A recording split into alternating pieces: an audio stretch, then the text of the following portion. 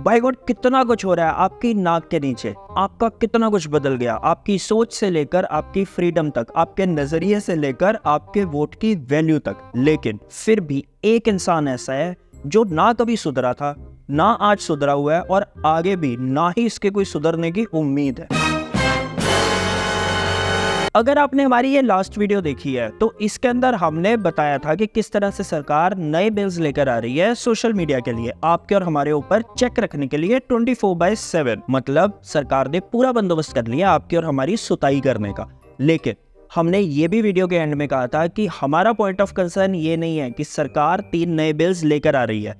हमारा point of concern ये है कि क्या वो बिल सही तरीके से इंप्लीमेंट किए जाएंगे। नहीं पूरी ईमानदारी से सबके ऊपर बिना भेदभाव के चेक रखा जाएगा। Are you comedy me? और अब तो सुप्रीम कोर्ट ने भी बाबा रामदेव की सुताई करते हुए आपको और हमको एक और इशारा दे दिया है कि जो पॉइंट हमने लास्ट वीडियो के एंड में पूछा था वो सही था। अच्छा लगता है मुझे कांपती हुई आवाज में अपना नाम सुनना। वैसे इस बाबा के ऊपर हमने पहले भी 1-2 बार वीडियोस बनाई हैं, लेकिन इसका हठ योग बढ़ता ही चला जा रहा है और हमने भी बीड़ा उठा लिया। इसको तो हम सुधार कर ही रहेंगे। क्या? नहीं, ये नहीं हो सकता। तो आओ आज इस हठी, अधलंगे, ढीठ बाबा के योग की गलियों में चलते हैं। हाँ, ऐसा भी हो सकता है कि उस गली में आपको और बाबाओं के भी दर्शन हो जाए। तो कृपया अपनी नाक के ऊपर रुमाल रख लें और इस बदबूदार सफर का आनंद लें। इधर चला मैं उधर चला, जाने कहां मैं किधर चला। और क्योंकि हम भी फकीर, आप भी फकीर, और सरकार चाहे जितना मर्जी हमारे ऊपर चेक रख ले, हमारी फकीरी ऐसी चलती रहेगी।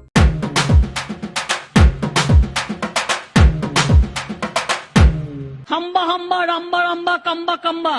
अब देखो फिर इस बाबा रामदेव को सुप्रीम कोर्ट ने झाड़ दिया। बाय गॉड, ये बाबा किस लेवल का ढीठ प्राणी है ये समझ में नहीं आता। लेकिन इसमें समझने की एक और बात है कि इस बाबा के अंदर इतनी हिम्मत कहां से आती है कि सुप्रीम कोर्ट जो सबसे बड़ी अदालत है इंडिया की, उसने जो ऑर्डर पास किया है, उसने जो निर्देश दिए हैं, उसको भी अनदेखा कर दे और उसके बाद भी स्टेज के ऊपर जाकर उल्टा सीधा होता रहे। मस्त बहारों का मैं आशिक, मैं जो चाहे यार करूं, चाहे गुलों के साए से खेलूं, चाहे कली से प्यार करूं। सारा जहां है मेरे लिए, मेरे लिए।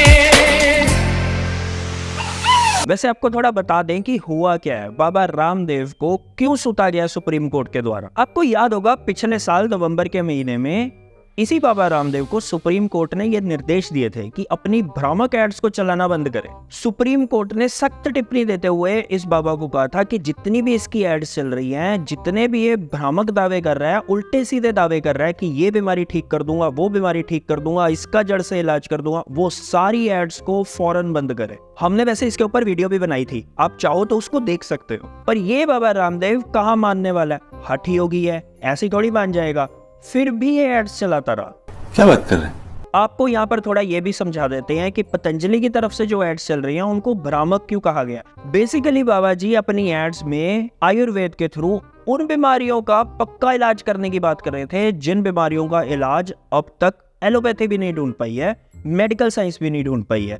जैसे कि बीपी, शुगर, कैंसर, ऐसी बीमारियों को बाबा जी कह रहे थे इनकी दवाई खाने से, आयुर्वेद की जड़ से वो खत्म हो जाएंगे। हाँ, ये कर लो पहले। इंडियन मेडिकल एसोसिएशन ने भी बाबा जी के खिलाफ सुप्रीम कोर्ट में याचिका दायर की थी, क्योंकि कई एड्स में तो बाबा जी ने हद ही कर दी। उन्होंने ये भी बोल दिया कि कैंसर जैसी बीमारी से भी लोग बाहर आ गए हैं इनकी दवाइयां खाने से। हद है बाय गॉड। अगर इसी तरह का दावा करता है तो वो तो हम भी कर सकते हैं कि हमारी वीडियोस रेगुलर देखने से जितने भी अंधभक्त हैं वो सारे ज़ॉम्बी से दोबारा इंसान बन जाएंगे।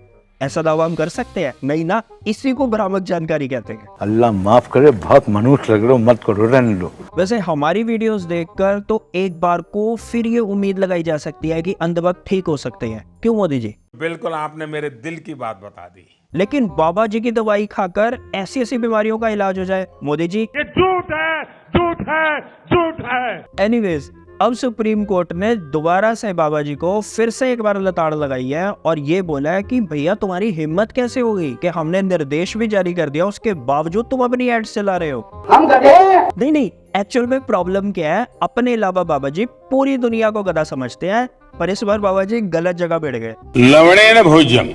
सुप्रीम कोर्ट ने भी आड़े हाथ ले लिया बाबा रामदेव को और उनके परम मित्र बालकृष्ण को। दोनों के खिलाफ अवमानना का आदेश जारी कर दिया और सुप्रीम कोर्ट ने सेंट्रल गवर्नमेंट को भी पूछा है, मोदी सरकार को भी पूछा है कि आप क्या एक्शन लेने वाले हो बाबा रामदेव के खिलाफ। हमको नहीं पता।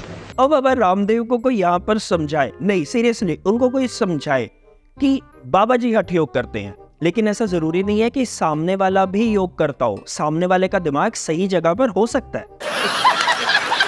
वैसे हम अक्सर अपनी वीडियोस में ये बात बोलते हैं, ये जितने भी बाबा है ना जो ये अध्यात्म की बड़ी बड़ी बातें करते हैं, ये सब के सब अपने जीवन में 1% उन बातों पर अमल नहीं करते। मैं नहीं मानता। आपको मजाक लग रहा है? खुद देखो आप, जब आप बीमार होते हो तो बाबा जी आकर क्या कहते हैं कि इनकी पतंजलि की दवाई खाओ। इवन कोविड के टाइम पर भी, इतने सीरियस पेंडेमिक के टाइम पर भी बाबा न्यूज चैनल पर आकर अपनी दवाइयां बेच रहा था। और तो और ऑक्सीजन सिलेंडर्स की जब कमी हुई थी, आपको याद होगा बाबा जी का क्या बयान आया था कि आप लोग ही बेवकूफ हो जो भगवान के दिए सिलेंडर्स को यूज नहीं कर रहे हो। बाहर सिलेंडर ढूंढ रहे हैं तो अपने भीतर 2 सिलेंडर लगा रखे, ये सिलेंडर है, भर सिलेंडर कम पड़ गए।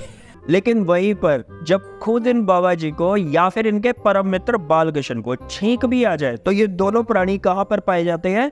एम्स में। और तो और हद तो तब हो गई थी लास्ट ईयर जब सुप्रीम कोर्ट ने बाबा को लताड़ा था भ्रामक एड्स चलाने के चलते। उसके बाद भी बाबा नहीं हटा, उसके अगले दिन प्रेस कॉन्फ्रेंस करने बैठ गया और उसके अंदर एलोपैथी को दिवालिया साइंस बताने लग गया। लाखों लोगों की मौत का कारण एलोपैथी है। एलोपैथी एक ऐसी स्टूपिड और दिवालिया साइंस है। अभी रुचि सोया का केस देख लो, कैसे बाबा जी ने एक बैंकरप्ट कंपनी को हाथ लगाया और वो कंपनी महज 2 साल के अंदर अंदर प्रॉफिट में भी चली गई। यहाँ एक आम आदमी को 2 से 3 साल लग जाते हैं अपनी दुकान सेट करने में। हमने पिछले साल ही एक चीज को हाथ लगाया, बोले कहते नहीं, ये जिसको छूते हैं वही सोना हो जाता है। हमने रुचि सोया को हाथ लगाया, आज उसकी कीमत हो रखी है 25 से 30 हजार करोड़ रुपए। ये कैन डू जनरेशन है। अब ऐसी कौन सी कृपा है बाबा रामदेव के ऊपर, ये तो हम नहीं जानते। वैसे इसी तरह के और भी बाबा है जो हिंदुत्व का झंडा उठाकर उल्टे सीधे दावे करके आपको ठगते रहते हैं और आप भी बाबा जी करके उनको सिर पर चढ़ा लेते हो। अरे बाबा! फिर तो अगर आपने किसी को भी सिर पर चढ़ाना है तो ऐसे तो बहुत लोग हैं। आपने देखा होगा सड़क किनारे या फिर छोटे छोटे क्लिनिक्स खोलकर कितने हकीम, कितने वैद्य बैठे हुए हैं। काली पीली नीली पता नहीं कौन सी दवाई रखकर वो बेचते हैं, उल्टे सीधे दावे ठोकते हैं। हकीम जुल्फिकार लॉन्च करते हैं पलंग तो टेबलेट। क्या बोला तूने? तो फिर तो आप उनको भी बाबा जी कर सिर पर चढ़ा सकते हो, क्योंकि देखा जाए तो बाबा रामदेव में और उनमें कोई ज्यादा फर्क नहीं है, दोनों ही झूठे दावे करते हैं।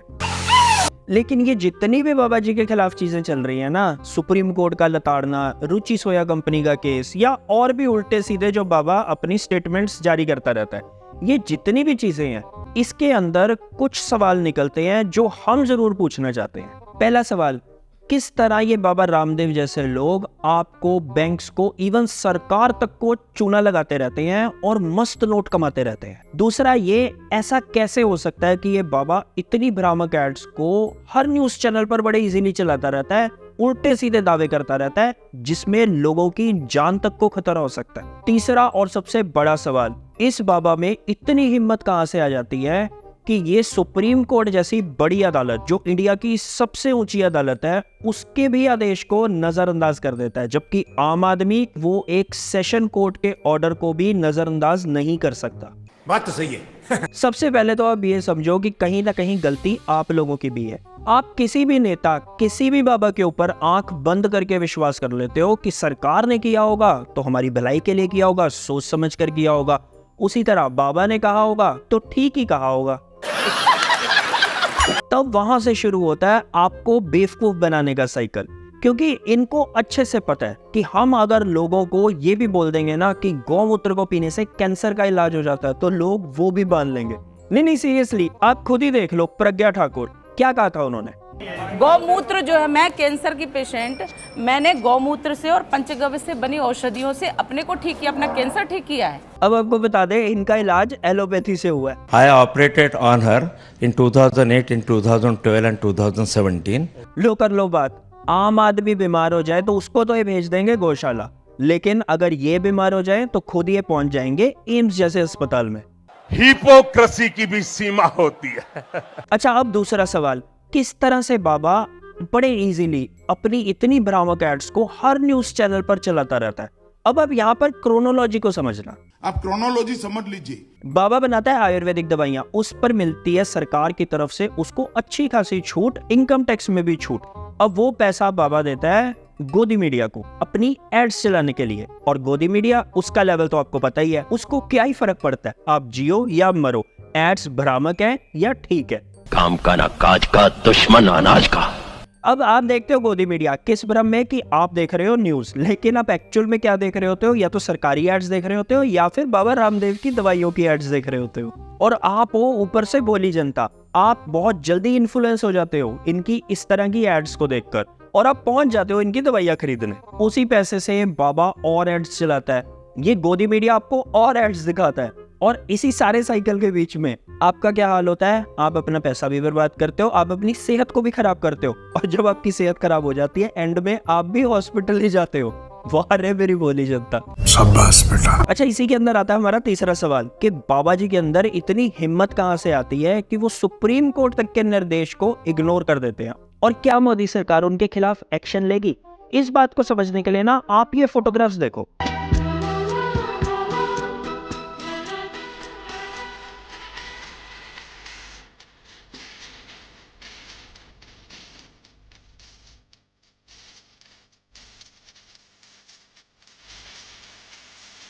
अच्छा, अब सच सच बताना, आपके घर का शिलान्यास का फंक्शन होता है या किसी और जगह का, आपकी दुकान का शिलान्यास हो रहा हो, उसके अंदर कौन कौन आता है मेहमान बनकर?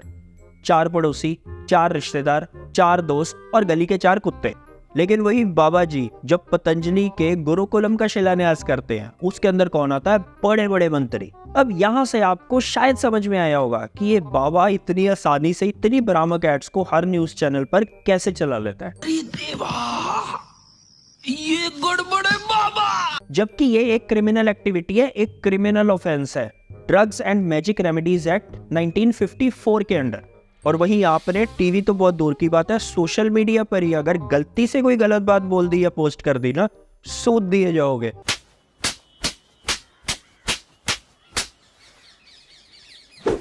देखो फ्रैंकली, गोदी मीडिया से तो हमें कहीं कोई उम्मीद नहीं बची है, क्योंकि उनका जितना भी ये फेक न्यूज का धंधा है, ये जितना भी हिंदू मुस्लिम का एजेंडा है, ये चलता ही बाबा जैसे लोगों की एड्स की कृपा पर है। और ये इनके फोटो फ्रेम में क्यों कोरोनिल की दवाई कंटिन्यूअसली आ रही है? ये क्या एडवर्टाइजमेंट गिमिक है? क्या चल रहा है ये एडवर्टाइजमेंट के लिए? पहले वो कोरोनिल निकाल दीजिए उधर से, हमारे फोटो में कोई है ही नहीं इसके अंदर, हम ना कोई एडवर्टाइजमेंट करते हैं।